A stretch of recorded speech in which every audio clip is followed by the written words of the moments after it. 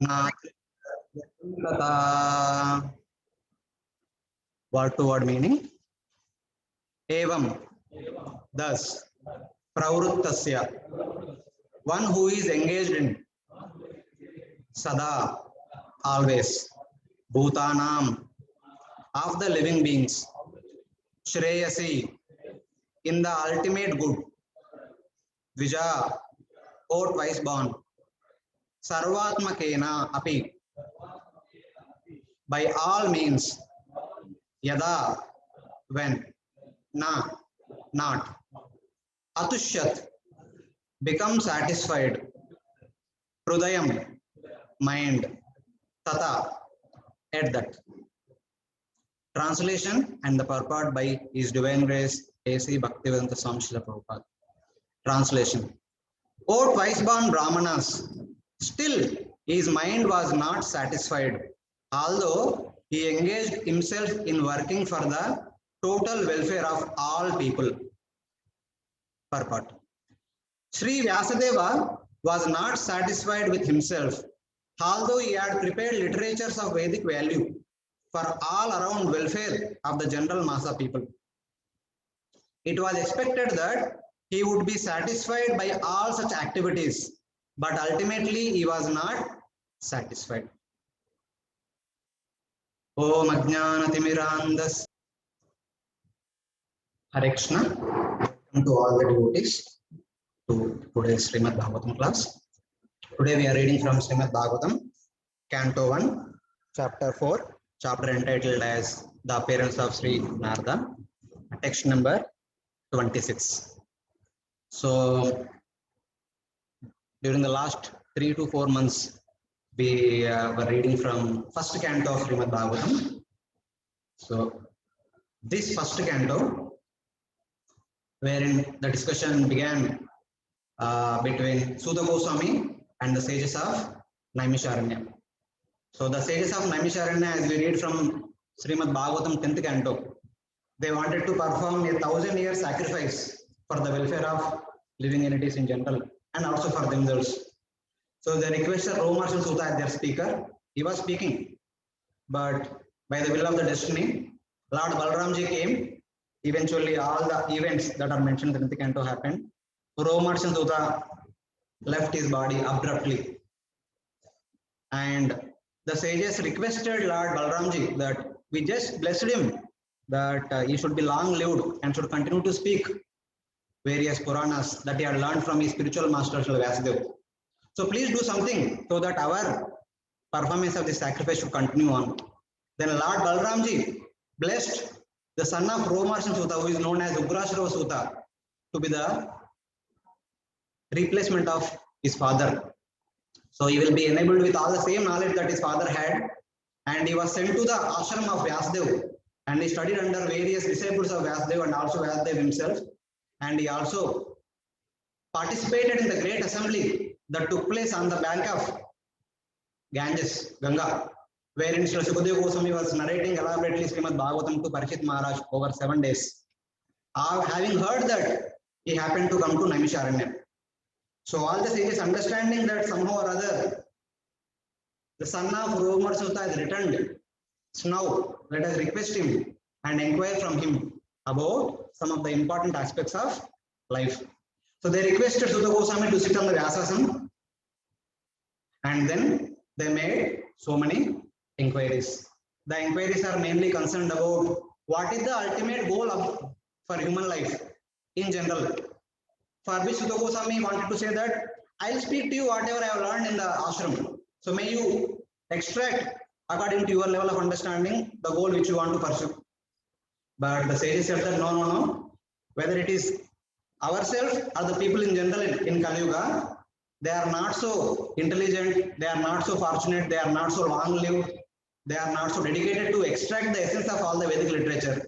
We humbly request you to extract the essence of all the Vedic literature and please present it in succinct words so that our Atma will be satisfied, with which we can practice it with full dedication. So like that. Then Suta Goswami says, is that enough? That is what you want to know? They said that no, we also want to hear about why Krishna appeared, what was the purpose of his appearance, and all his pastimes you want to hear, and also Lord's various avatars, the purpose of their various avatars and their pastimes. Again, Suta Goswami inquires, is that enough? That is what you want to know? And they said that the Supreme Personality of Godhead, the source of all avatars, out of his causeless mercy upon all the conditioned souls of this world, appeared in his transcendental form and performed pastimes for the last 125 years. And he disappeared, taking along with him Dharma and other important principles of religion. So now please tell us where we can find the principles of Dharma, the path of perfection for the people of Kali Yuga. Krishna Sadamopagate Dharma Jnana Dividaha. Lord Krishna disappeared from this world and went back to his own abode, taking along with Dharma, Jnana and other principal subjects of spirituality. And now where can we find Dharma kam Sharanam Gata? Now where is Dharma? Where Dharma took shelter? Where can we find Dharma? So that was the question. So in order to answer all these questions, Sri Suta Goswami speaks about the two important aspects of any Vedic literature, the sadhana and the sadhya. There are so many sadhanas in this world, but among all the sadhanas, the best sadhana is bhakti. By practicing bhakti, one can attain the highest destination, the ultimate destination. What is that ultimate destination? Bhagavan. Bhagavan has multiple forms.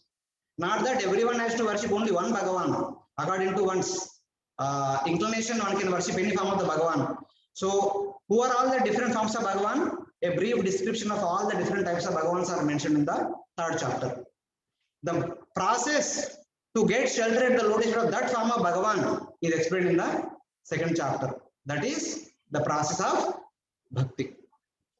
And then, having mentioned these two important subject matters of any Vedic literature, specifically of Srimad Bhagavatam, then at the end of the 3rd chapter, Suta Goswami concludes saying that this is what I have heard from Srila Sukadeva Goswami, where Sukadeva Goswami, sitting on the bank of Mother Ganga, spoke to Parikshit Maharaj over 7 days. And Sukadeva Goswami himself learned it from his own father, Srila Vyasadeva, who had compiled the scripture known as Srimad Bhagavatam. Idam Bhagavatam Nama Puranam Brahma Samhitam. Uttama Shloka Charitam Chakara Bhagavan Rishi. Nishreyasaya Lokasya Danyam Swasti Ayanam Mahat. This scripture was personally compiled by Srila Vyasadeva, who is none other than Supreme Personality of Godhead, Chakara Bhagavan Rishi. And what is this? Uttama Shloka Charitam. This Bhagavatam describes the pastimes of the Uttama Shloka, the Supreme Personality of Godhead, who is glorified by choice poetry. And this scripture is known as Bhagavatam, Idam Bhagavatam Nama. And this scripture is non-different from the Supreme Personality of Godhead himself, Brahma Samhitam. So what is the goal of the scripture? Nishreyasaya Lokasya. In order to bestow the ultimate goal to all the conditioned souls, this scripture has been compiled. What that ultimate goal brings in the life of the conditioned souls? Swasti Ayanam Mahat. It brings auspiciousness in the life of all the conditioned souls. Because the conditioned souls who are born in the Kali Yuga are subjected to so many miseries. Praya Nalpayusha Sabya Kalau Asmin Yogajana Manda Sumanda Matayo Manda Bhagya Upadratha. Like that, so many difficulties are there in various ways. They are always subjugated by 3 modes of material nature, tormented by Tapatraya, Adi Bhautika Klesha, Adhyatmik Klesha, Adayuk Klesha. The only relief is Srimad Bhagavatam. So, Bhagavatam, what is this Bhagavatam? Then Suta Goswami says, Krishne Sadamopagate Dharma Jnanadipi Saha Kalau Nashta Drusham Yesho Puranarko Adunodita. Lord Krishna, who is Dharma personified, who appeared to re-establish the principles of Dharma and vanquish the miscreants and their philosophies, had manifested Satya Yuga even during the fag end of Dwapara Yuga. But when he is about to disappear, in order to start Kali Yuga, from Satya Yuga to Kali Yuga, he has taken along with him Dharma, Jnana, and other spiritual qualities and activities. So now the entire world is submerged into dense darkness. The same Lord, out of compassion for all the conditioned soul, again made his reappearance in the form of Srimad Bhagavatam. So that was the shloka with which Suta Goswami kind of stops. So I am done with your answers. So please let me know if you want to know something more. So then in the fourth chapter at the beginning, they make few more questions. They say that we want to know that Bhagavatam in detail. Whatever Bhagavatam that has been compiled by Srila Vyasadeva, that has been spoken by Srila Sukadeva Goswami unto Parikshit Maharaj, which you had heard being seated in front of Srila Sukadeva Goswami, we want to know in detail. Please speak that Bhagavatam in detail. And more so, we want to know one more thing. When, where, and for what reason did Vyasadeva compile this Bhagavatam? And who inspired him to compile this Bhagavatam? So Vyasadeva compiled Bhagavatam, and we also want to know where exactly compiled this Bhagavatam, and when, under whose instruction he compiled this Bhagavatam. Can you kindly please elaborate? Where in the Sutta, the sages of Nambihira say that Kasmin Yuge, in which yuga, Staneva, at what place, Kena Hetuna, for what purpose, Kuta Sanchodita Krishna, Kritavan Samhitam Muni, under whose inspiration Srila Vyasadeva compiled this Bhagavatam. We want to know about this in detail. In addition to that, they also pose so many other questions that Srila Sukadeva Goswami does not state at one place Sagodohana Matrami Greshu Guru Medina Mavekshite Mahabhagati Tirtha Kurvanta Tadashram. Sukadeva Goswami stays at the house of a householder only the time required to milk the 2 nipples of a cow. Cow generally has 4 nipples. The milk of 2 nipples are meant for the calf. The milk of other 2 nipples are meant for the human beings. So generally the cow herdman is supposed to take the milk only for the 2 hands. The other 2 are meant for the calf. So he stays only at the house of householders only for that time. So how did Sukadeva Goswami could stay for 7 days? And how did he happen to meet Parikshit Maharaj? And how could Parikshit Maharaj in his very young age, at the age of 60 years, just after ruling for 35 years or 25 years, he renounced everything and sat on the bank of Ganga, fasted until death? How did all this happen? Talk about the birth and activities and the death of Parikshit Maharaj. They are so amazing. Like that, other questions related to Parikshit Maharaj, Sukadeva Goswami they ask. So now, Srila Suta Goswami tells that having heard these inquiries of the sages of Naimisharanya, first in the next 3 chapters, chapter 4, 5 and 6, Srila Suta Goswami talks about when, where, why and under whose inspiration Srila Vyasadeva compiled this Bhagavatam. As we just mentioned in the previous Bhagavatam class, the first canto of Srimad Bhagavatam can be seen in 3 sections. The first section, the first 3 chapters, talks about the principal subject matter of Bhagavatam, that is Bhakti and Bhagavan. The next 3 chapters talks about what inspired the author to compile this book. The author talks about his own inspiration and where, when and how he compiled this book. That is being explained in these middle 3 chapters. And then the remaining first canto of Bhagavatam talks about who are the main characters involved in this Bhagavatam. The hearer and the speaker. There are 2 sets of hearers and speakers. The first conversation took place between Sukadeva Goswami and Parikshit Maharaj. The second conversation took place between Suta Goswami and sages of Naimisharanya. And the circumstances under which these conversations took place, that is explained in the rest of the first canto of Bhagavatam. So that is being narrated. So here in this particular section, Suta Goswami just briefly mentions about in one verse. He says that Dwapare Samanu Prapte Tritiye Yuga Paryaye Jata Parasharad Yogi Vasavyam Kalaya Hare. Vasavyam Kalaya Hare. The Supreme Personality of Godhead in his Kala portion, expansion of the expansion, appeared as Krishna Dvaipayana Vyasa, as the son of Satyavati and Parashara. When at the end of Dwapara Yuga, during the 3rd portion of Dwapara Yuga. It is mentioned here as Dwapare Samanuprapte Tritiye Yuga Paryaye. During the third portion of Dwapara Yuga, the Supreme Lord in his partial manifestation appeared as Srila Vyasadeva, as the son of Satyavati and Parashara. So, in Laghu Bhagavatamrita, it mentions that there is a personality known as Vyasa who appears during every Dwapara Yuga. Not only the Dwapara Yuga which happened recently, the 28th Chaturyuga cycle of the present Manvantara, there is a Vyasadeva who appears during every Dwapara Yuga, who actually pen downs all the Vedic literature that are available in the form of sound vibration for the benefit of the people of Kali Yuga.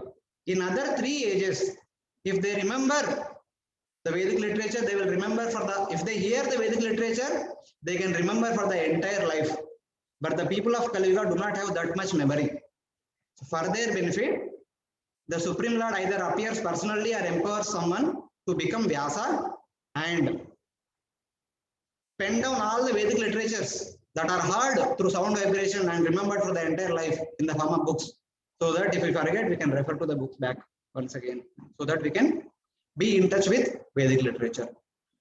So since today's verse is all about the compassion of Srila Vyasadeva upon all the conditioned souls. The previous verses talked about what are the activities of Srila Vyasadeva.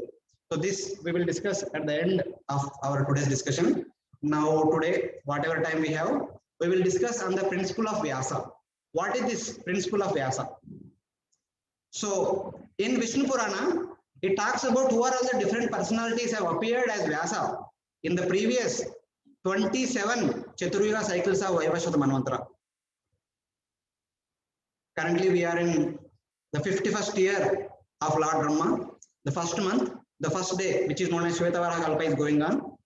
And that Kalpa has 14 Manvantaras. 6 Manvantaras are already passed. And now the 7th Manvantara is going on. In this 7th Manvantara, during, we already passed 27 Chaturyugas. We are in 28th Chaturyuga. So Vishnu Purana says that during every Dwapara Yuga of the present Manvantara, there are the different Vyasas have divided the Vedic literature into sub-branches, branches and sub-branches, etc., etc. So who are all the people? During the first Chaturyuga, there was no qualified person to become Vyasa. So Lord Brahma himself became Vyasa. And during second Chaturyuga cycle, that particular Manu becomes Vyasa. Whoever is the Manu, during the first Manvantara, Swayambhu Manu became Vyasa. During the current Manu period, Shraddha Deva, the Vaivasvata Manu became Vyasa during the second cycle. So like that, as we go, there are various personalities became Vyasa during each and every Chaturyuga cycle. So just I briefly read out their names. Third Chaturyuga, Shukracharya became Vyasa. Fourth Chaturyuga, Brihaspati became Vyasa. Fifth Chaturyuga, Surya became Vyasa. Sixth, Yama became Vyasa. Seventh, Indra became Vyasa. Eighth, Vasishtha became Vyasa. Ninth, Saraswata became Vyasa. 10th, Tridama. 11th, Trishika. 12th, Bharadwaja. 13th, Antariksha. 14th, Varani. 15th, Trayaruna. 16th, Dhananjaya. 17th, Kritanjaya. 18th, Jaya. 19th, Bharadwaja. Once again. 20th, Gautama. 21st, Uttama.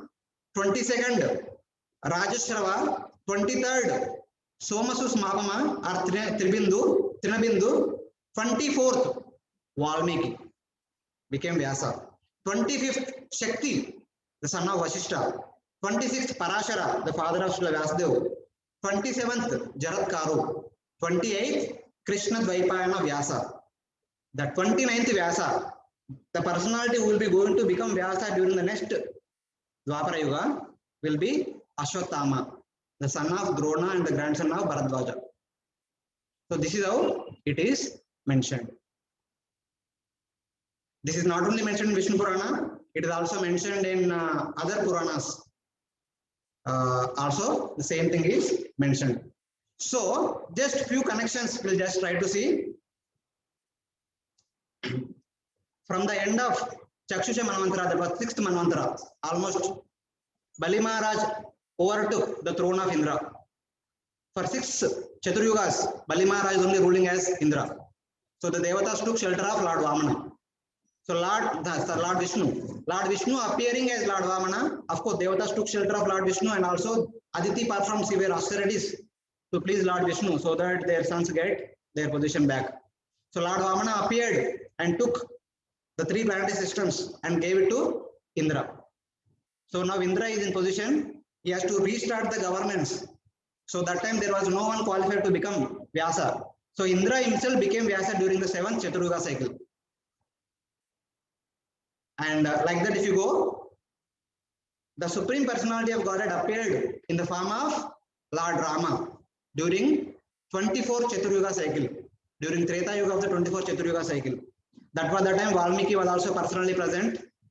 He also took part of the Leela of Lord Rama, and by the inspiration of Lord Brahma, he compiled Ramayana during Treta Yuga, and that Valmiki Muni, in order to show his compassion on the living entities, became Vyasa at the end of Dwapara Yuga and compiled all the Vedic literature. Of course, penned down all the Vedic literature that was available in the form of Shruti.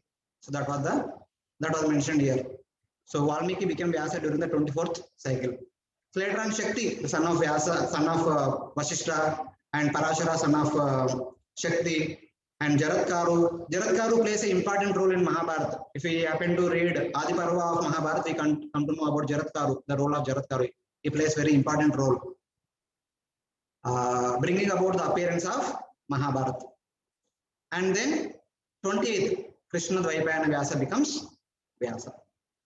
So now, in order to discuss the principle of Vyasa, let us spend some time and what did Brahma do by becoming Vyasa during the first Chaturya cycle. So that is what is followed by all the other Vyasas, whoever become Vyasa in the future Chaturyuga cycles. So as we hear from Srimad Bhagavatam first canto, the very first verse, the 3rd line says that Tene Brahma Hrudaya Adikavaya.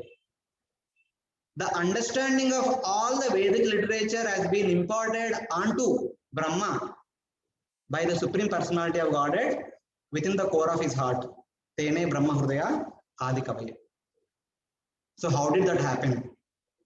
The Supreme Personality of Godhead, Garbhodakshaya Vishnu, who is the super soul of our entire universe, expanding himself as Kshirodakshaya Vishnu, the Paramatma of the individual living entities, first entered into the lotus flower, which manifested from the navel of Garbhodakshaya Vishnu, later on entered into the heart of Lord Brahma. Having entered into the heart of Lord Brahma, Kshirodakshaya Vishnu himself manifested himself as Nada or Ghosha Rupa. So in the Bhagavatam 6th canto, during the conversation that took place between Lord Sankarshana and Chitraketu Maharaj, Lord Sankarshana says that Aham vai sarvabhutani bhutatma bhutabhavana Shabda Brahma Parabrahma Mamobe Shashvati Tanu. My dear Chitraketu, I manifest myself in the form of the entire universe. I manifest myself in the form of all the living entities. They are all my external manifestations.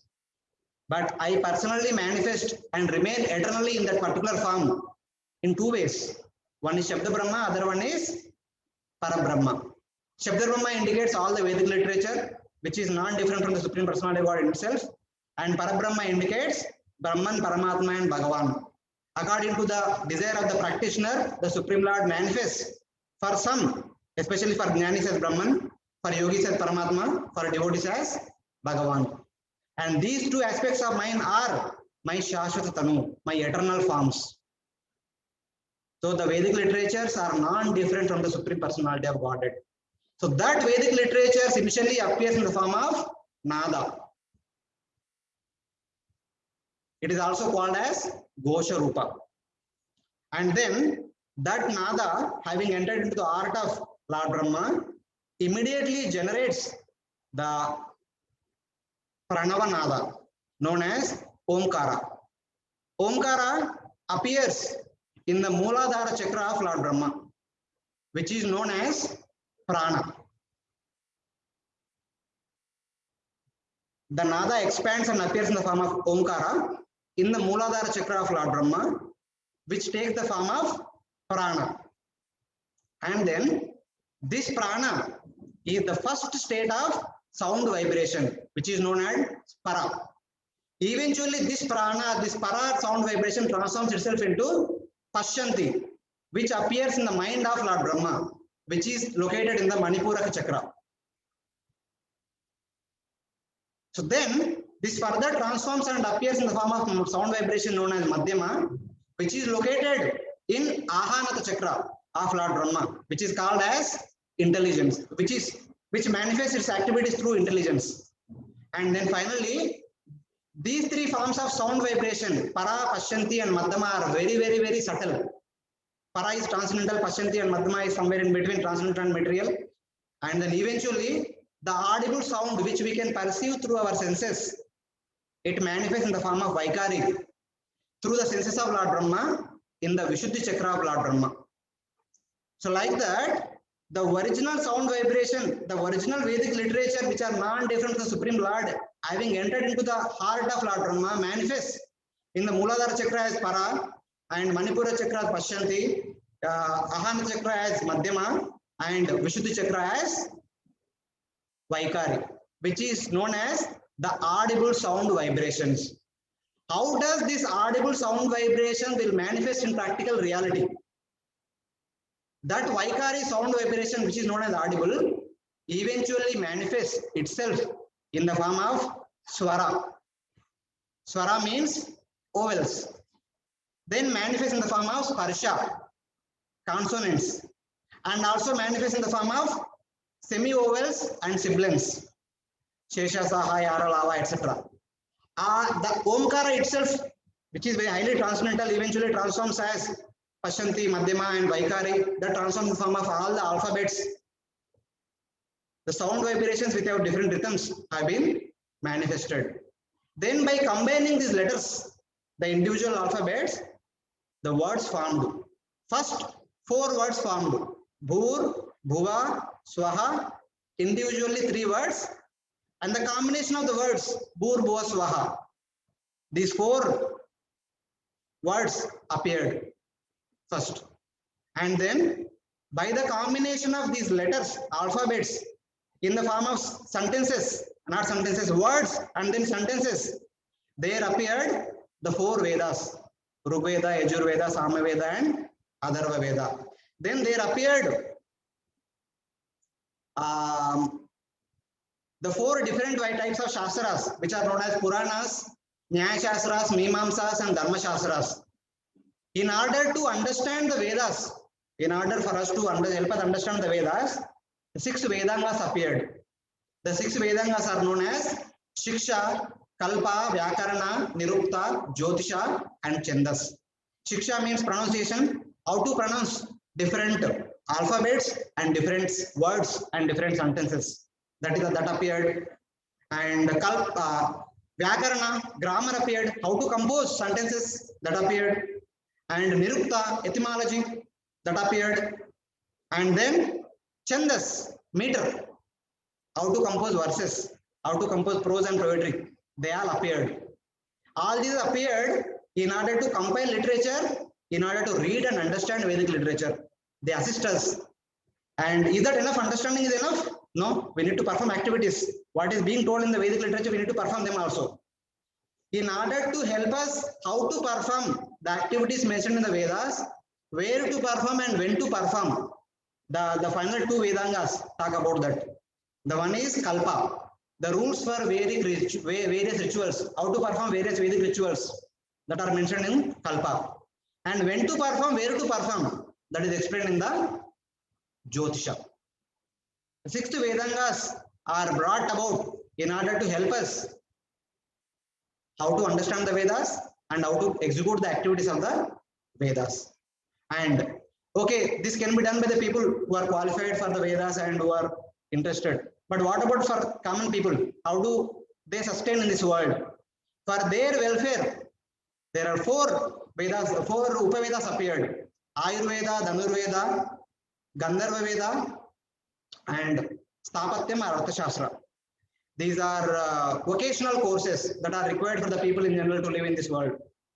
Ayurveda, health, Dhanurveda, administration and protection, and Gana Shastra, Gandharva Veda, arts and science, singing, dancing, playing instruments, composing, etc., etc. And finally, Arthashastra, Sthapatyam, for economic development, construction buildings, construction roads, and etc., etc., civil engineering, metallurgy, and all the other forms of engineering, etc. Everything appeared so that people can live happily in this world. So how can the people coexist in this world? So Lord Brahma created various sacrifices, various legs of dharma, various varnas and various ashramas, and in the form of goals, the four purusharthas, dharma, artha, kama, moksha, everything has been manifested by Lord Brahma at the first Vyasa, so that people can have everything, can live in a sane manner in this world, in order to fulfill their purpose of coming to this material world. Jiva comes to this material world for two purposes. One is to fulfill their material desires that they want to enjoy separately the Supreme Lord. Having done that, they are supposed to go back to Godhead. In order to facilitate these two things, Lord Brahma manifested all these things for our benefit. Initially, they are all in Shruti form, but at the beginning of Kali Yuga, Vyasa compiles them in the book form for the benefit of the people of Kali Yuga. So that is how the first Vyasa, Brahmaji did this particular thing. So like that, all the Brahmas have done that. The current Vyasa, who is known as Krishna Dvaipayana Vyasa, who appeared as the son of Parashara and Satyavati. So now just briefly spend some time to understand about who is this Krishna Dvaipayana Vyasa, what is his parentage, who was Satyavati and who was Parashara. We briefly spend whatever time we have with us. So Ramayana, Mahabharata, even in fact Bhagavatam also talks about elaborately about Parashara and Satyavati and their son Srila Vyasadeva. So taking the reference from Mahabharata from Adi Parva, there was a king who was known as Vasu.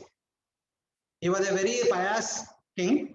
He was dedicated to take care of the people in very religious manner, and he was taking care of the people very nicely. He was the king of Chedi province. So once, having heard from the great sages, in order to please Indra, he was performing great sacrifices or great tapasya. So Indra was a little bit disturbed. Is he really performing tapasya to get some benediction, or is he performing tapasya to become Indra? So in order to pacify him, Indra appears in front of him very quickly and tells him, my dear Vasu, please don't do tapasya anymore. It is causing disturbance to the entire world, the three planetary systems.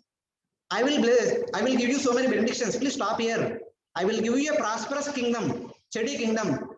Even though till now it was not so prosperous, but from today onwards it will become fully prosperous. It will give all the prosperity that you want to have. And then he says that I will give you a chariot which can travel and which can take you all the way up to heavens. So with this chariot, later on this Vasu became known as Uparichara Vasu. So the chariot does not travel on the earth, it always travels in the air only. So he became known as Uparichara Vasu. And then Indra says that I will give you my personal garland, Vaijayanti garland, which has two qualities. It will never fade. Whoever wears it will never become defeated. It is a victory garland, unfaded garland. I will give you that. And also I will give you a bamboo staff. Wherever this bamboo staff is there, it will bestow all the desires of the king. It is like a kalpataru. And also, this bamboo staff will protect the people of that kingdom, the pious people of that kingdom. Wherever it is there, all the pious people of that kingdom are completely protected. So kindly desist from performing any more austerities. Go home and take care of your kingdom and live prosperously. So Uparichara also became happy and went back home. And he was continued to rule his kingdom. So once in his kingdom, there was a river known as Shuktimati. It was flowing nicely. So on the banks of that river, there is a mountain known as Kolahala. The mountain personified Kolahala wanted to unite with this river personified Shuktimati. So forcefully grew up on the path of that river, forcefully stopped that river and trying to unite her. That time, understanding what is happening around, Uparachara Vasu quickly came and destroyed the mountain which is blocking the flow of the river. But in the meantime, the mountain personified already impregnated the river personified. But anyway, she was released for him. The river personified became very happy with the king, and she said that I cannot take care of the children. May you please take care of these two children, because as a result there were two children were born. There was a son and there is a daughter. The son became the general of Uparachara Vasu, commander-in-chief of general, and the daughter, as she grew up to youth, the king became so much attracted to her beauty and he married her. Her name is Girika. And eventually, when it became the right time to beget children, the queen proposed to the king, today let us perform Garbhadana Samskar. So it is the right time to beget children. So both king and queen are preparing for Garbhadana Samskar, but without knowing this information, the father of Uparachara Vasu sent a message to son, my dear son, today I want to perform some sacrifice. May you go to forest and fetch some sacrificial animals which can be sacrificed in the sacrifice. So in order to follow the words of his father, Uparachara Vasu went to forest in order to fetch the animals for the sacrifice. But while going, he was constantly meditating about his wife. So on the way, he discharged his semen.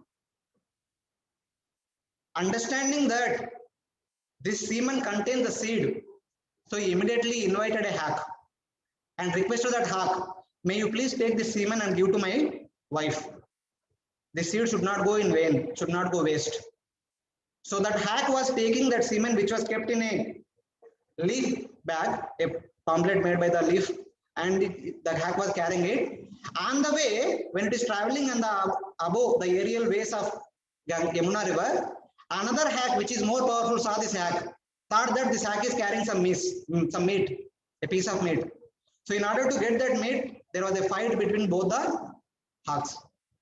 So during that fight, that semen fell down into the Yamuna river. So in that Yamuna river, there was a fish who was actually previously Apsara, known as Adrika. She was cursed by some Gandharvas to become a fish, or some Brahmana, some Rishi to become a fish. And when she begged forgiveness from that Rishi told that you have a special activity to perform. May you become fish. Eventually, after giving birth to two children, you will attain your original position. So this fish was swimming in the Yamuna river. As soon as that leaf packet fell down, the fish went and grabbed it and ate up that semen. As a result of that, that fish became pregnant.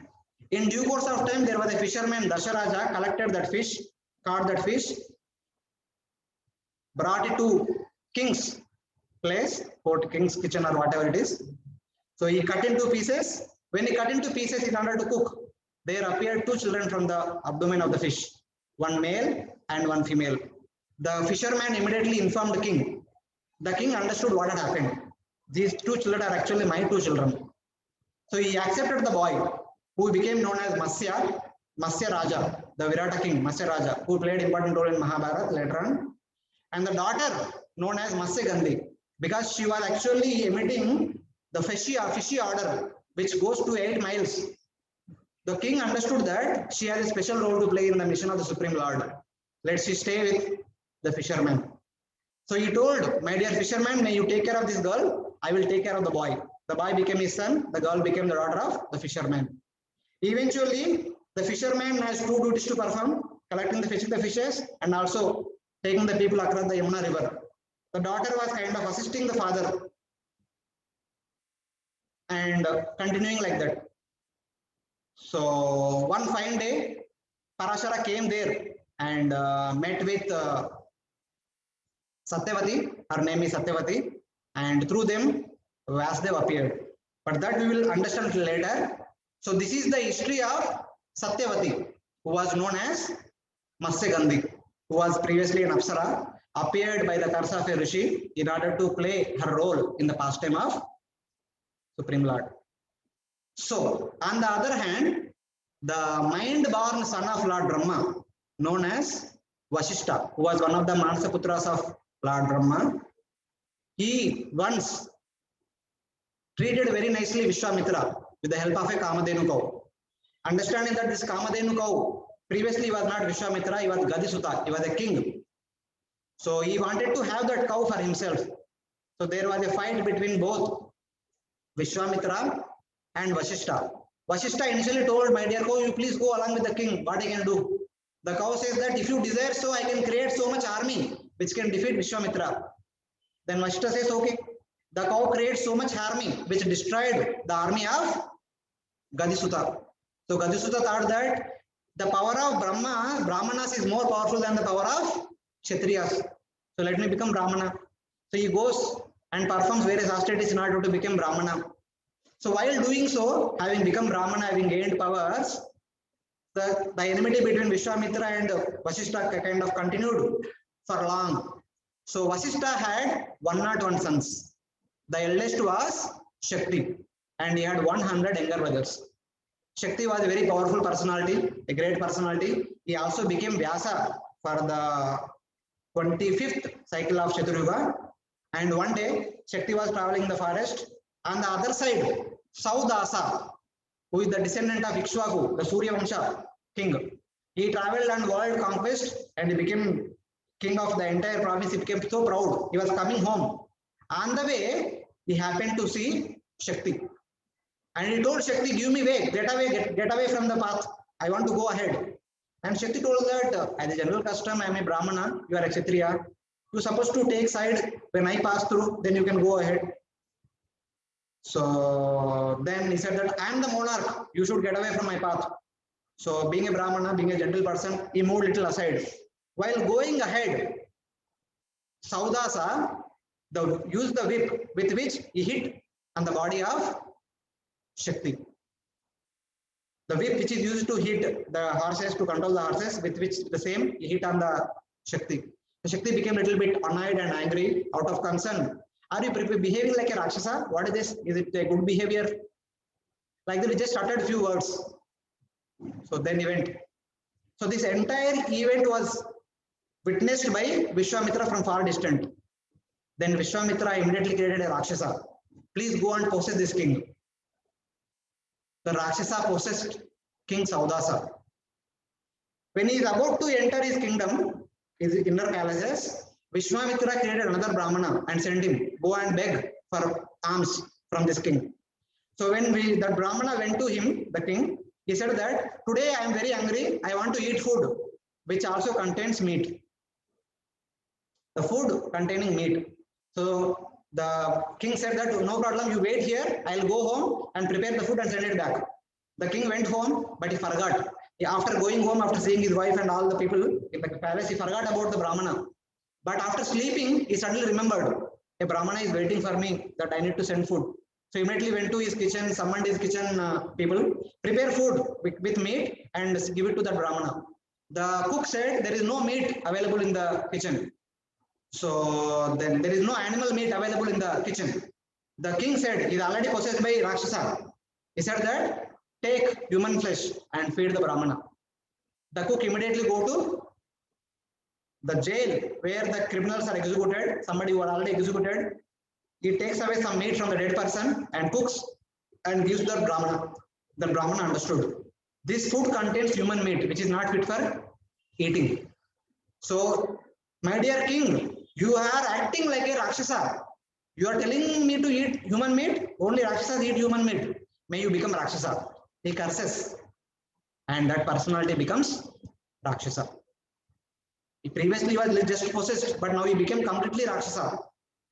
So, he eventually, understanding that I have become Rakshasa today as a result of Shakti only. Shakti only said that you are behaving like Rakshasa, I became Rakshasa. That Kalmashapada of the Saudasa king, later on one day he saw Shakti and he ate him up like a Rakshasa. And then he went to the ashrama of Vashishta. There he ate the other 100 younger brothers of Shakti. All the brothers were died. As a result, Vashishta is sonless. So Vashishta thought that there is no use of me living in this world. Let me die. He jumped from the top of a mountain He was not dead. He went into the ocean, tying him with a big boulder, but the ocean pushed him outside through its waves. He was not died. He went into a river. Still, he did not die. He entered into fire. The fire became very soothing, cool, like a rainy season. He did not die. He tried various means to die, but nothing happened. So where the Vasishtha was traveling from forest to forest, and Vasishtha's daughter-in-law following Vasishtha in order to tell him that please don't die. Your lineage is not ended. I am already pregnant. I am pregnant from last many months. Your son is still there within my womb in his representation as his son. So in order to inform this information to Vasishtha, she was following after Vasishtha. But the son who is in the womb of this personality, her name is Adrushyanti. He was reciting Vedic Vedas very eloquently, very nicely. And when she came very close quarters of Vasishtha, Vasishtha could hear those Vedas being chanted very nicely. And Vasishtha immediately understood that previously my son Shakti used to chant in this meter. And he stopped and he turned around and looked at her and asked, who are you? He forgot everything. She said that I am your daughter-in-law. So you don't worry that your son died, but your grandson is still there within my womb. He will protect your ancestry, your lineage. So don't take up the rash decision of dying. So then Vasishtha becomes happy. The child is born. Vasishtha was taking care of that child. And one day, in order to destroy this son, and also Vasishtha, and also the Adrushyanti, that Rakshasa, the king Saudasha, wanted to attack Vasishtha. And immediately Adrushyanti told that this Rakshasa only killed your son. This Rakshasa only killed your other sons. Please protect me and my son. Please protect my son. So then immediately Vasishtha, using his mantra power, delivered that Rakshasa and liberated that king. That king was happy and accepted Vasishtha as his spiritual master. From there on, of course, previously also Vasishtha was the guru of Suryavamsha dynasty. He became the guru, like he remained the guru. So here, the son of Shakti was taken care by Vasishtha very nicely. One day he heard about the duties of a father. So that son thought that this personality is taking care of me like a father, and immediately went to Vasishtha and called him, my dear father, my dear father. So mother took the son aside and told that, my dear son, he is not your father. He is actually your grandfather. Then the son told, where is my father? Then the mother told that your father was eaten up by a Rakshasa. So he is no more. The son is so powerful that if my father has eaten up by a Rakshasa in this world, there is no way that this world can exist any further. I want to destroy this world immediately. That was the vow taken by that son. So as he took that vow, immediately Vasishtha came to him and told him, my dear son, don't do like that. So this is a rash act. Never do like that. For everything there is a mission. Don't do like that. Previously there was a Brahmana who is known as Aura, whose father and uncles, they were all killed by Kshatriyas. After, even when that Aura's mother was about to be killed, that Aura was in the womb of his mother. So whoever is the pregnant lady, the Kshatriyas were killing them also. So that the mother of this Aura Rishi transferred the womb to the thigh, so that the Kshatriyas could not see her pregnant. So still they wanted to kill all the ladies. As they were about to kill, the Aura Rishi came out of the thigh and kind of blinded all the Kshatriyas. Eventually Kshatriyas understood the power of this Aura Rishi and pacified him and kind of begged forgiveness. Then Aura Rishi said that no, I no way that I can forgive you. I will destroy all your Kshatriya dynasty, Kshatriya lineage. So as he was taking that vow, the forefathers, his father and other uncles, they all came. It is all our desire. Please don't take that rash decision. So please subside your anger. May you stop it. Then the Brahmana, that Aura Rishi said that, where can I deposit this anger? They said that deposit this anger, this fiery anger in the ocean. The anger of Aura Rishi is still there in the ocean. So that is being mentioned in Mahabharata. And he tells this example.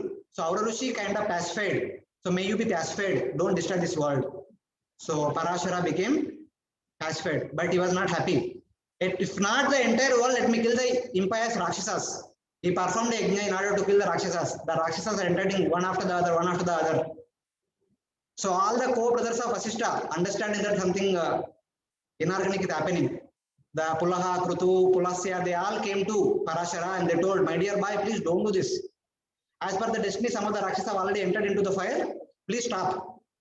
So Parashara looked at Vasishtha and Vasishtha nodded. Yeah, please listen to them. They are your grand uncles. Stop. Grandfathers, co-brothers in that sense. So please stop. So Parashara stopped. So when as soon as Parashara stopped, immediately hearing the words of Pulasya and Vasishtha, Pulasya became very happy and he blessed him. My dear son, may you become expert at reciting Puranas. May you become well versed with the knowledge of Puranas. May you become expert at reciting Puranas. So that was the blessing given by Pulasya and to Parashara. And then Vasishtha told that don't waste your powers. Please worship Lord Vishnu. Then he worshipped Lord Vishnu and Lord Vishnu appeared to him and asked for a benediction. And Parashara told that, my dear Lord, I want to have you as my son. So Lord Vishnu told, okay, no problem. I will appear as your son when you happen to meet Satyavati, the daughter of Uparichara Vasu. So that was the story behind Uparichara Vasu, Parashara Muni meeting Satyavati. So while traveling in his wanderings, one day he happened to meet Satyavati on the bank of Yamuna. And just by looking at her, Parashara remembered the words of Lord Narayana. Then he told that, my dear maiden, my dear girl, Lord Vishnu added that he would like to appear through you. So I would like to marry you and beget a child. Immediately Satyavati understood that if I say no, he may curse me. If I say yes, my virginity is lost. How can I go home? And she submitted to Sage. My dear Sage, I will follow your order, but I have a question. How can I go in front of my father with a son having lost my virginity? And you are a wanton sage, you cannot accept me as your wife. You will go afterwards. So what will happen to me? Then the sage said that no, nothing will happen to you. I will accept you as my wife only for the mission for the Lord to appear in this world. After that, I will restore your virginity. And I will bless you with great boons. Please ask whatever boon you want. The girl said that people can only keep me away because my body emits the fishy odor. Please remove it. Then Parashara said that from today on you will emit wonderful fragrance which will bring happiness to all the people who are in your surrounding. And then he tells that in the future, very soon, you will become the queen of the entire Jambudvipa, entire province. And through you, the principles of Dharma will be re-established. This was another blessing given by Parashara. Then he says, that is okay, but on both the banks of the Yamuna river, there are so many sages are looking at us. How can we unite? It may not be proper. Then I will make all the arrangements. Then Parashara invited the father of this girl, Satyavati, Uparichara Vasu, and invited his own grandfather, Vasishtha, and his grandmother, Arundhati, and all the other sages. In their presence, he duly married her. And then, in the midst of Yamuna river, he created an island. The entire surroundings are covered by dust, not dust, the fog, so that no one can see. And then he begot a child through her. As soon as the child was born, as soon as they united, the child was born immediately. That is called Satyogarbha, conception, childbirth. The child became youth. Everything happened instantly. And Parashara left from that place. And the son known as Vyasa, he appeared in the blackish complexion, is known as Krishna. He appeared in a Dvipa created in the midst of Yamuna river. He is known as Dvaipayana. His full name is Krishna Dvaipayana Vyasa in that sense. So he told his mother, my dear mother, as blessed by my father Parashara, your virginity is restored. You go home as normal. And very soon, you will become the queen of the entire province. Whenever you have some trouble, you call me. You remember me, I will come. And Vyasa left from that place. The queen goes, and the daughter, the fisherman's daughter goes to home. So like that, all these events happened in a transcendental way by the will of the providence, by the desire of Parashara Muni, through the ordinance of the curse of the Rishi, one of the Rishi who cursed that Apsara girl. Everything happened at the will of the providence. And this Krishna Dvaipayana Vyasa later on, in order to fulfill his mission of compiling all the Vedic literature Of course, the Vedic literature were there in the form of Shruti, but Kalena Jarsam Gata are, as we hear in Bhagavad Gita, that by the influence of time, everything is gradually destroyed. It has to be re-established. So then Vyasa takes up the task of compiling all the Vedic literature in the book form. So he kind of divides the Vedas into 4 divisions: Rigveda, Yajurveda, Samaveda, and Atharvana Veda. And he also compiles Mahabharata, which is the essence of all the Vedas. He also compiles the Puranas, Ramayana, and many other Shastra, Dharma Shastras, Santo Shastras, Nyaya Shastras, like that. All the Vedic literatures he compiles and gives the responsibility of propagating and preserving all these Vedic literatures to some of his disciples. Paila Rishi given the responsibility of Rigveda, Sumantu given the responsibility of Atharva, Jaimini given the responsibility of Samaveda, Vaishampayana given the responsibility of Krishna Yajurveda and Mahabharata, Surya was given the responsibility of Shukla Yajurveda, Romarshana was given the responsibility of propagating Puranas and Itihasas, Sukadeva Goswami was given the responsibility of propagating Srimad Bhagavatam. Like that, various personalities were given responsibility of propagating all these various literature. And Roma Harshana Suta was given the responsibility of propagating Mahabharata and other Puranas, Ramayana, and Pancharatra Agamas. So like that, various literatures have been given responsibilities. And the 4 Kumaras were given the responsibility of preaching the important aspects of Vedas, such as Upanishads, etc., in order to preach Sankhya, Yoga, Tapasya, and Vairagya, etc. And Narada Muni was given the task of preaching, propagating the important aspects of Pancharatra Agamas in order to preach Bhakti all over. And the mind-born sons of Lord Brahma, all the Prajapatis, all the great sages, like such as Vasishtha, Pulaha, Prutu, Daksha, they were given the responsibility of teaching or preserving and propagating the other section of the Vedas, which teach Karma Yoga all over the world, who become time and again as Saptarishis and propagate Karma Yoga principles. Like that, various personalities have been given the responsibility. And this Vyasadeva, he compiled 18 Puranas in order to help all the other living entities. So he compiled 6 Satvika Puranas based on the Pancharatra, 6 Rajasika Puranas based on the Vedas, Rajasic Vedas, and 6 Tamasa Puranas based on Pashupata Agamas. And in order to establish the highest principle of Vedanta, the supremacy of the personality of God and his other manifestations, in order to keep the other systems of philosophy, at the end he compiled Vedanta Sutra. In order to keep the other 6 systems of philosophies under control. So the other 6 systems of philosophy are propagated by the great sages such as Kannada, who propagated Vaisheshika, Gautama propagated Nyaya, Kapila propagated Sankhya, Patanjali propagated Yoga, Jaimini propagated Karma Mimamsa, and Ashravakra propagated impersonalism. So in order to keep all these other philosophies which are keeping the people away from the Supreme Personality of Godhead, Vyasadeva at the end compiled Brahma Sutras or Veda Sutra in order to propagate the importance of surrender to Supreme Personality of Godhead, the position of the Supreme Lord as the highest authority of all. So thus, this is the mission of Srila Vyasadeva. This is what is being said in this entire chapter. So in a nutshell, the mission of Srila Vyasadeva is, he compiled 4 Vedas in order to help the people become pure by following the Karmakanda rituals that are mentioned in the Vedic literature. Those people who are not interested to practice Jnana, Yoga and Bhakti. For those people who are interested to practice Bhakti and the worship of other Devatas, Vyasadeva compiled Itihasas and Puranas. And for those people who are, as Prabhuji very nicely described yesterday, that Karma Shreyasi Bharata Makyanam, for Sri Shudra Dija Bandhunam, he compiled the essence of the Vedic literature and the Puranas in the form of stories as Ramayana and Mahabharata, so that everyone can be benefited.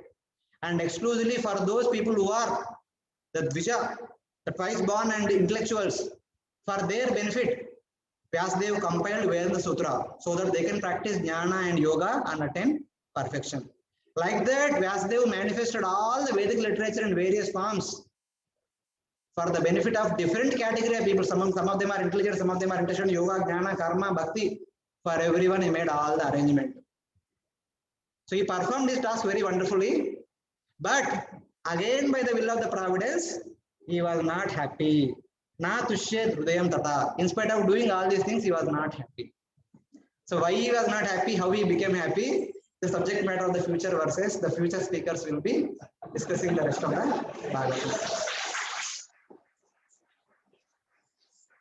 So thank you very much. So I have made this presentation because in a couple of weeks, very soon we are going to have Guru Purnima, Vyasa Purnima. So since the subject matter is about Vyasa, so I made some history about Vyasadeva today. Thank you very much for giving me this opportunity. Hare Krishna.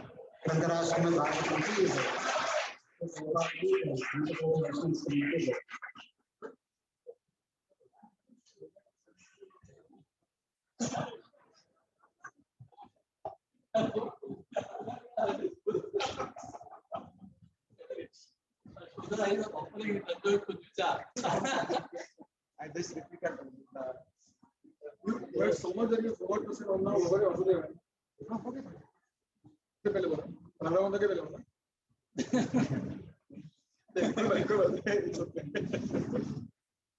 वैसे कि पहला 15 minute में मेरा hard disk full हो गया